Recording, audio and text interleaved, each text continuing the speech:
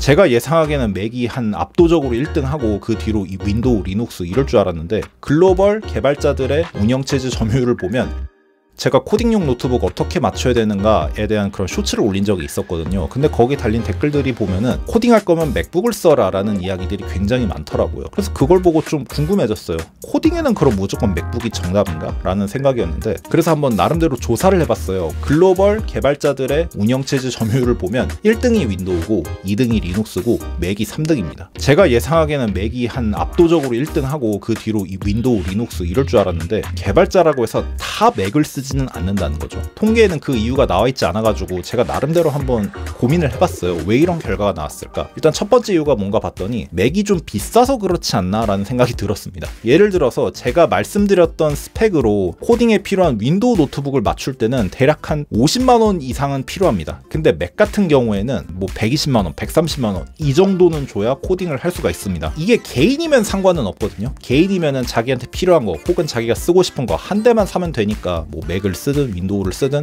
그렇게 막 크게 문제는 안 될 수 있는데, 문제는 기업의 입장인 거죠. 기업에서는 사실 컴퓨터를 한 대가 아니라 여러 대를 사줘야 되잖아요. 근데 내가 직원들한테 컴퓨터를 줘야 돼요. 개발자들한테 줘야 돼요. 근데 맥이랑 같은 가격이면 윈도우는 2대, 심하면 막 3대를 살 수 있어. 그러면은 좀 경영자 입장에선 고민이 되는 거죠. 그리고 또 알아보니까 무조건 맥만 써서 코딩을 할 필요가 없더라고요. 예를 들면 자바나 파이썬 같은 경우 맥에서 구동하는 것에 비해 조금 원활하지는 않다지만 어쨌든 구동 가능하고, 자바와 함께 안드로이드 앱 개발에 많이 쓰이는 코틀린이나 플러터 역시도 윈도우에서 사용이 가능합니다. 물론 iOS 앱 개발에 최적화된 스위프트를 사용 못한다는 단점이 있기는 하지만 iOS 앱 개발이 필수가 아니라면 굳이 쓸 필요는 없겠죠. 실제로 개발자분들 보면 맥도 당연히 많은데 윈도우도 또 은근 있더라고요. 그리고 또 개발뿐만 아니라 다른 이유로도 컴퓨터를 쓰기도 하잖아요. 그리고 아시다시피 우리나라는 윈도우를 주로 많이 쓰잖아요. 그래서 개발 제외하고 다른 업무들 이런 거 생각해보면 편해요. 맥에서 작업 열심히 해가지고 교수님한테 과제 제출했는데 교수님이 야 파일이 안 열린다 라는 경험 맥 쓰시는 분들은 한두 번쯤은 꼭 있는데요. 그런 것만 생각해봐도 개발자분들 입장에서 무조건 맥만 써야 된다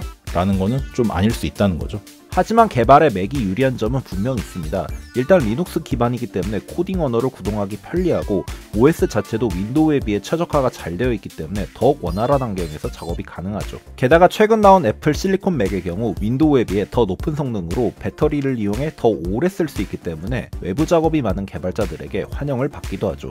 결국 윈도우라고 코딩을 못하는 것도 아니지만 맥이 있으면 더 편하게 코딩을 할 수 있다는 점 때문에 개발자들이 맥을 선호하는 이유가 아닌가 싶네요. 자, 이렇게 한번 간단하게 개발자 노트북은 무조건 맥을 써야 하나 하는 거에 대한 주제로 영상을 올려봤는데요. 결국엔 그거라고 하더라고요. 내가 개발하려는 프로그램, 내가 만들려는 앱, 그리고 나의 사용 목적, 이런 거에 따라서 알맞은 노트북을 선택을 하면 되는 거지, 나는 개발자 할 거니까 무조건 맥을 사야지 이렇게 접근할 건 아니라는 거죠. 어떤 제품을 구매하시던지 간에 나한테 필요로 하는 목적에 맞는 것만 구매하면 그게 정답이라는 걸 항상 알아두시면 좋겠습니다. 지금까지 기술지원TV의 기술지원이었습니다. 그럼 안녕히 계세요.